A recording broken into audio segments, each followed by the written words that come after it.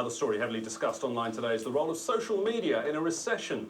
For many, the likes of Facebook and Twitter and MySpace are a way of keeping in contact with friends or finding the latest on bands or music, must-see films maybe. But apparently they could help you find or keep your job in tough economic times. Well, our next guest thinks so. She founded the business social network Academy and has just written a book on the subject. She's Penny Power. She joins us here in the studio. Good evening. Hello. We've heard about people losing their jobs by putting stuff on Facebook and Twitter, but you think that people can actually help find jobs? Yeah, I mean, I've always believed that the social networking world is actually a very positive thing for humanity, for jobs, for employment. Why? Well, I suppose it starts in 1998. I started a social network for business people, which was academy.com, and I've watched the journey of business people becoming familiar with that world and how it has created business for them. There is a saying, though, don't mix business with pleasure. Facebook is about holiday snaps and that sort of thing, those kind of sites, and Twitter is about I'm sitting in the pub, maybe.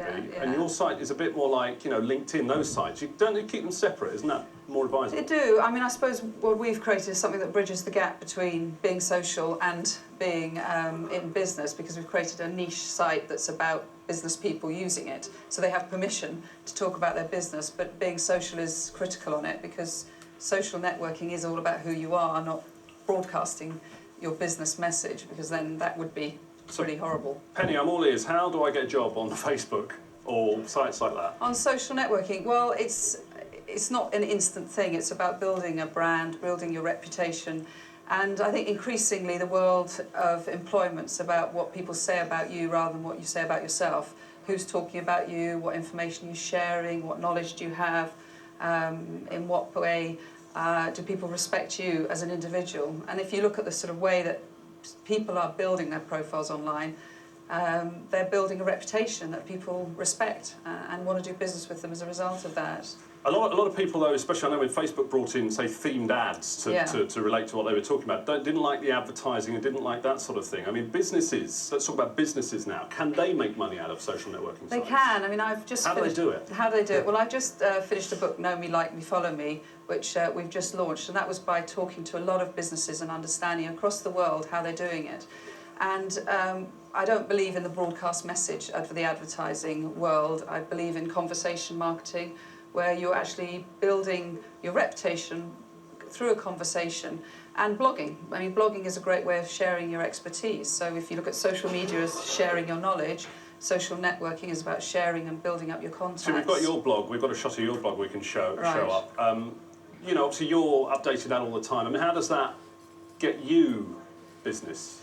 Because what I'm doing is sharing knowledge, I'm helping people understand how to generate business through the internet, because that's become my niche and my expertise. Just like somebody else might write about PR, somebody might write about graphic design. But a lot of companies just use it as a sort of cheap excuse to do a bit of advertising. And it's not well, that doesn't work. I mean, I was talking to a large company a couple of weeks ago about them creating a blogging team, and I said, you can't just blog your product, because that's very boring. You have to be interested in a wider subject and appeal to a wider audience, so you go wide before you go narrow. Give us your top tips then, a couple of top tips for businesses. How do they make money? How do they survive on the web? Well, they've got to be very visible. I mean, they've got to get known. They've got to be doing stuff that gets them known, but they've got to have a funnel that enables them to also have conversation with their audience. So the large companies that at the moment are just staying in the know me world, where they're just using social media to broadcast a message, won't be achieving the success inside the social networks as the smaller businesses are, which we witness, which is where they're actually having conversations and building trust, because trust is where it's all about. And just briefly, for individuals who trying to want to make themselves in this difficult economic times more appealing kind of on social networking, what's your tips for them? To share knowledge with other people, understand what their expertise is. Do you not need to be careful what you share, though?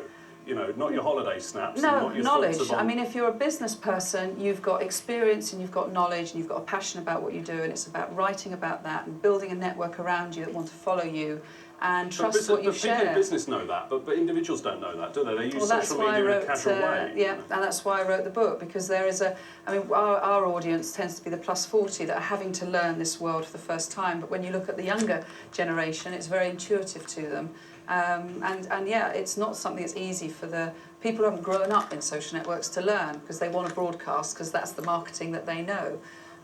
So yeah, there is a chasm that you have to cross, and a lot of the time, watch the way their children are doing it, and then they'll learn a good lesson from that. Okay, good stuff. Penny Power, thank you very much. Thank you very much.